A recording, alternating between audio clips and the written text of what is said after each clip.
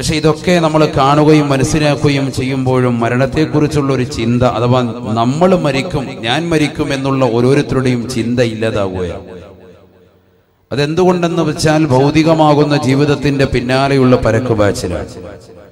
ആദരവായ പ്രവാചകൻ നബിയുന മുഹമ്മദ് റസൂലുള്ളാഹി സല്ലല്ലാഹു അലൈഹി വസല്ലമ തങ്ങൾ ഒരു ചരിത്രം, സുലൈമാൻ നബി അലൈഹിസ്സലാമിന്റെ കാലഘട്ടത്തിൽ നടന്ന ഒരു ചരിത്രം സഹാബത്തിനോട് പറയുകയാണ്.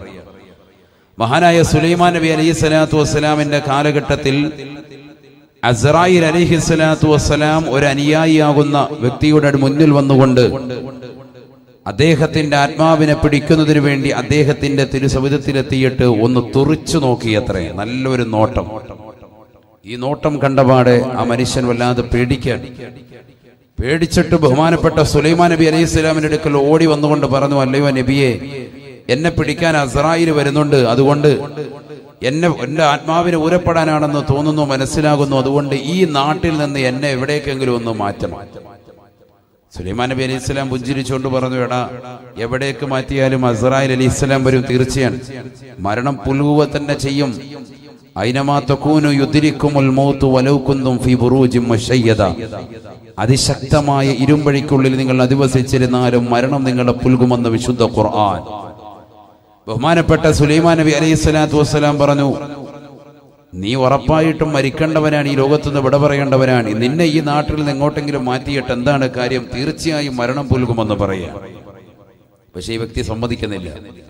അവന്റെ നിർബന്ധം നിമിത്തമായിട്ട് 10,000 കിലോമീറ്റർ അപ്പുറമുള്ളതാകുന്ന ഒരു ദ്വീപിലേക്ക് സുലൈമാൻ നബി അലൈഹി സ്വലാത്തു വസ്സലാം അവനെ നാടുകടത്താണ് സെക്കൻഡുകൾക്കുള്ളിൽ. പരിശുദ്ധ ഖുർആൻ തന്നെ പറഞ്ഞില്ലേ, വലി സുലൈമാന റീഹ ആസിഫതൻ തജ്രി ബി അംരിഹി. സുലൈമാൻ നബി അലൈഹി സ്വലാത്തു വസ്സലാമിന് അല്ലാഹു സുബ്ഹാനഹു വ തആല കാറ്റിനെ അധീനപ്പെടുത്തി കൊടുത്തിരുന്നു. അദ്ദേഹത്തിന്റെ ഇഷ്ടപ്രകാരം ആ കാറ്റ് അദ്ദേഹത്തെ വഹിച്ചുകൊണ്ട് എത്രയും പെട്ടെന്ന് എവിടെയാണ് നിയ്യത്ത് വെക്കുന്നത് ആ സ്ഥലത്തേക്ക് എത്തും. കാറ്റ് വന്നിങ്ങനെ നിൽക്കും, ഒരു പരവതാനി പോലെ. അതിന്റെ മുകളിലേക്ക് കാലെടുത്ത് വെച്ച് നിന്നാൽ മതി. എവിടേക്കാണോ പോകേണ്ടത് അത്ര സ്പീഡിൽ അദ്ദേഹത്തെ അവിടെ കൊണ്ടുപോയി എത്തിക്കും. അപ്പം ബഹുമാനപ്പെട്ട സുലൈമാൻ നബി അലൈഹി സ്വലാത്തു വസ്സലാം അദ്ദേഹത്തിന്റെ മുഅ്ജിസത്തിലൂടെ ഈ മനുഷ്യനെ 10,000 കിലോമീറ്റർ അപ്പുറത്തേക്ക് ഒരു ദ്വീപിലേക്ക് നാടുകടത്തി. അല്പനേരം കഴിഞ്ഞപ്പോ സുലൈമാൻ നബി അലൈഹി സ്വലാമിന്റെ സൗദത്തിൽ ഇതാ അസ്റായിൽ അലൈഹി സ്വലാം വരികയാണ്. അസ്റായിൽ അലൈഹി സ്വലാം വന്നപ്പോ സുലൈമാൻ നബി അലൈഹി സ്വലാം ചോദിച്ചു, എടാ, നീ എന്റെ ഒരു അനുയായിയെ തുറിച്ചു നോക്കിയെന്ന് കേട്ടല്ലോ. അവനെ പേടിപ്പിച്ചു, അവന്റെ ആത്മാവിനെ വെറുപെടുത്താൻ വേണ്ടി അവനെ പേടിപ്പിച്ചു എന്ന് പറഞ്ഞു. എന്താണ് അങ്ങനെ ചെയ്തത്? അപ്പോൾ അസ്റായിൽ അലൈഹിസ്സലാം പറഞ്ഞു അത്രേ, അവന്റെ ആത്മാവിനെ പിടിച്ചുകൊണ്ടാണ് ഞാൻ ഇപ്പോൾ വരുന്നത്. സയ്യിദുന അസ്റായിൽ അലൈഹിസ്സലാം, അവന്റെ ആത്മാവിനെ പിടിക്കാൻ വേണ്ടി അള്ളാഹു എന്നോട് കൽപ്പിച്ചത് ഇന്നാലിന്ന ദ്വീപിൽ വെച്ച് പിടിക്കാനാണ്. ഇവിടെ നിന്ന് 10,000 കിലോമീറ്റർ ദൂരെയുള്ളതാകുന്ന ഒരു ദ്വീപാണ് ആ ദ്വീപ്. ആ ദ്വീപിൽ വെച്ചിട്ടാണ് അവന്റെ ആത്മാവിനെ പിടിക്കേണ്ടത്. ആ ആത്മാവിനെ അവിടെ വെച്ചാണ് പിടിക്കാൻ അള്ളാഹു എന്നോട് കൽപ്പിച്ചത്. പക്ഷേ ഇവനിതാ ഈ നാട്ടിൽ നിൽക്കുന്നത് കണ്ടപ്പോൾ ഞാൻ അവനൊന്ന് തുറച്ചു നോക്കിയതാണ്. പിന്നെന്താ സംഭവിച്ചതെന്നറിയില്ല. സെക്കൻഡുകൾക്കുള്ളിൽ ഞാൻ നോക്കുമ്പോൾ അവൻ ആ ദ്വീപിലുണ്ട്. ഞാൻ അവന്റെ ആത്മാവിനെ പിടിച്ചുകൊണ്ടാണ് വരുന്നത് എന്ന് അസ്റായിൽ അലൈഹിസ്സലാം.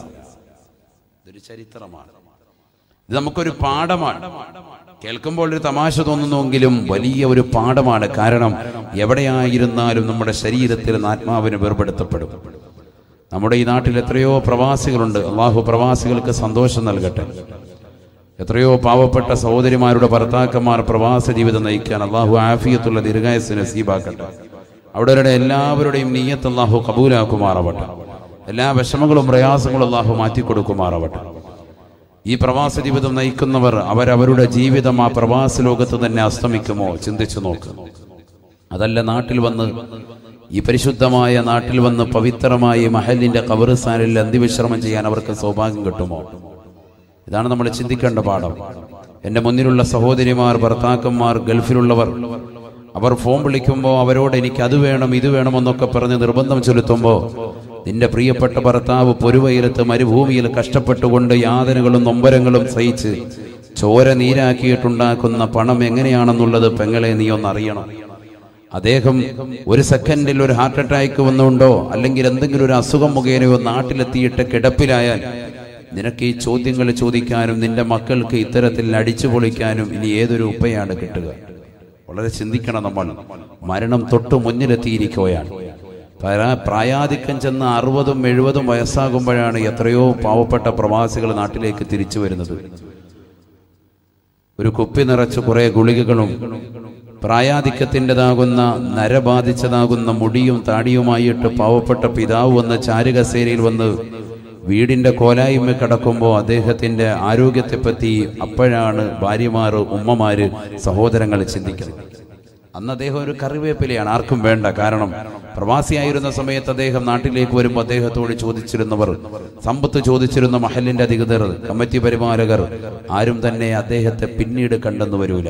അദ്ദേഹത്തിന്റെ സമ്പത്ത് തീരുന്നതോടുകൂടി. ഇതാണ് ഈ ദുന്യാവ്, ഇതാണ് ഇതിന്റെ ബേസിക്. നമ്മുടെ വിഷയത്തിന്റെ ബേസിക് ഇതാണ്, അടിസ്ഥാനം. ഇത് മനസ്സിലാക്കിയാൽ ഒരു മുഅ്മിൻ നന്നാവും.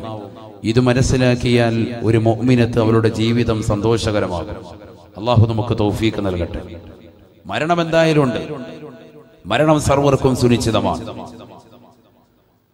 ഹബീബായ റസൂലുള്ളാഹി സ്വല്ലല്ലാഹു അലൈഹി വസല്ലമ തങ്ങൾ തന്റെ പ്രിയപ്പെട്ട അനുയായികളോട് ഓർമ്മപ്പെടുത്തുന്നു, ഈ ലോകത്ത് നിന്ന് വിട പറയുന്നതിന് മുമ്പ് അല്ലാഹു സുബ്ഹാനഹു വ തആല മരിക്കുന്നവന്റെ അടുക്കലേക്ക് അവന്റെ ആത്മാവ് തൊണ്ടക്കുഴിയിലെത്തി നിൽക്കുമ്പോൾ 5 മലക്കുകളെ പറഞ്ഞേക്കുമെന്ന് മുഹമ്മദ് റസൂലുള്ളാഹി.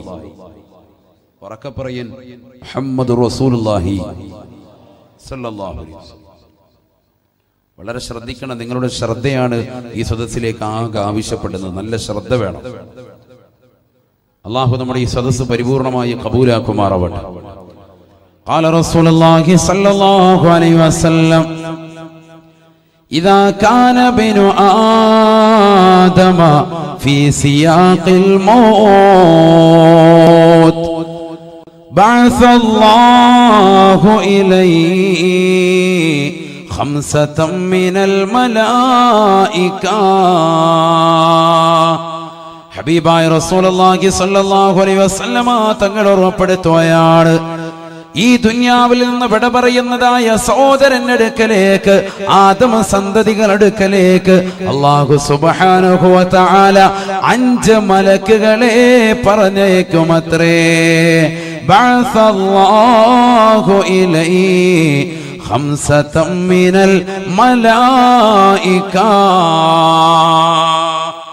മരിക്കാൻ കിടക്കുന്നവന്റെ അടുക്കലേക്ക് അല്ലാഹു സുബ്ഹാനഹു വ തആല 5 മലക്കുകളെ പറഞ്ഞേക്കും. സയ്യിദുനാ റസൂലുള്ളാഹി സ്വല്ലല്ലാഹു അലൈഹി വസല്ലം, ഫയഅതീഹി മലകുൽ അവ്വൽ വറൂഹുഹു ഫിൽ ഹുൽഖൂം.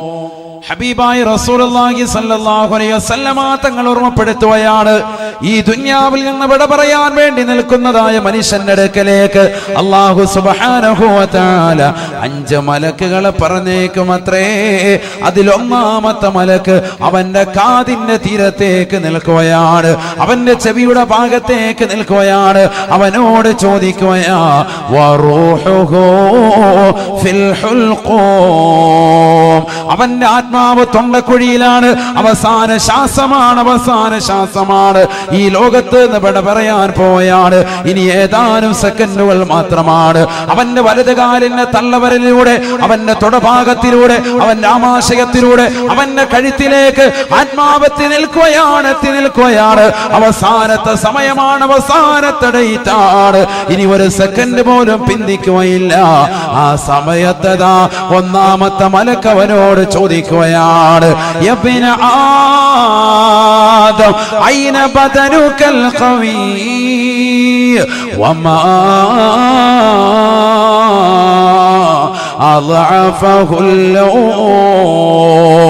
ആദമിന്റെ പൊന്നുമോനെ, പൊന്നുമോളെ, എന്ത് പറ്റിയടാ, എന്ത് പറ്റിയടാ, നിന്റെ ആരോഗ്യത്തിന് എന്ത് സംഭവിച്ചടാ, എന്ത് സംഭവിച്ചടാ. ഐന ബദനുകൽ ഖവീ, നിന്റെ ആരോഗ്യമുള്ള ശരീരം എവിടെ പോയി? വമാ അളഅഫഹുൽ നിന്റെ ആരോഗ്യത്തെ ബലഹീനപ്പെടുത്തിയതെന്താണ്? നീ നല്ല ആരോഗ്യമുള്ള ചെറുപ്പക്കാരനായിരുന്നല്ലോ. രാവിലെ സുബഹിയുടെ ബാങ്ക് അലാറമാക്കി വെച്ചുകൊണ്ട് ഹദ്ദാദ് നഗറിലൂടെ നീയതാ ബേക്കൽ അങ്ങാടിയിലേക്ക് കിലോമീറ്ററുകളോളം നടന്നവനല്ലയോ? ഓട്ടത്തിലും ചാട്ടത്തിലും മുൻപന്തിയിലുള്ളവനല്ലയോ? പ്രിയപ്പെട്ട പെങ്ങളെ, കരയങ്ങാനത്തുള്ള പെങ്ങളെ, നിന്റെ ശരീരത്തിലേതാകുന്ന കൊളസ്ട്രോൾ കുറയ്ക്കാൻ വേണ്ടി കിലോമീറ്ററുകളോളം നീ മൗവലിലൂടെ നടന്നവളല്ലയോ? ഈ നാട്ടിലൂടെ നടന്ന് നീങ്ങിയവളല്ലയോ? വമാ അളഅഫഹുല്ലോ, നിന്റെ ശരീരത്തെ ബലഹീനപ്പെടുത്തിയതെന്താ? നിന്റെ ശരീരത്തെ ഇന്ന് ആരോഗ്യത്തെ ക്ഷയിപ്പിച്ചതെന്താ?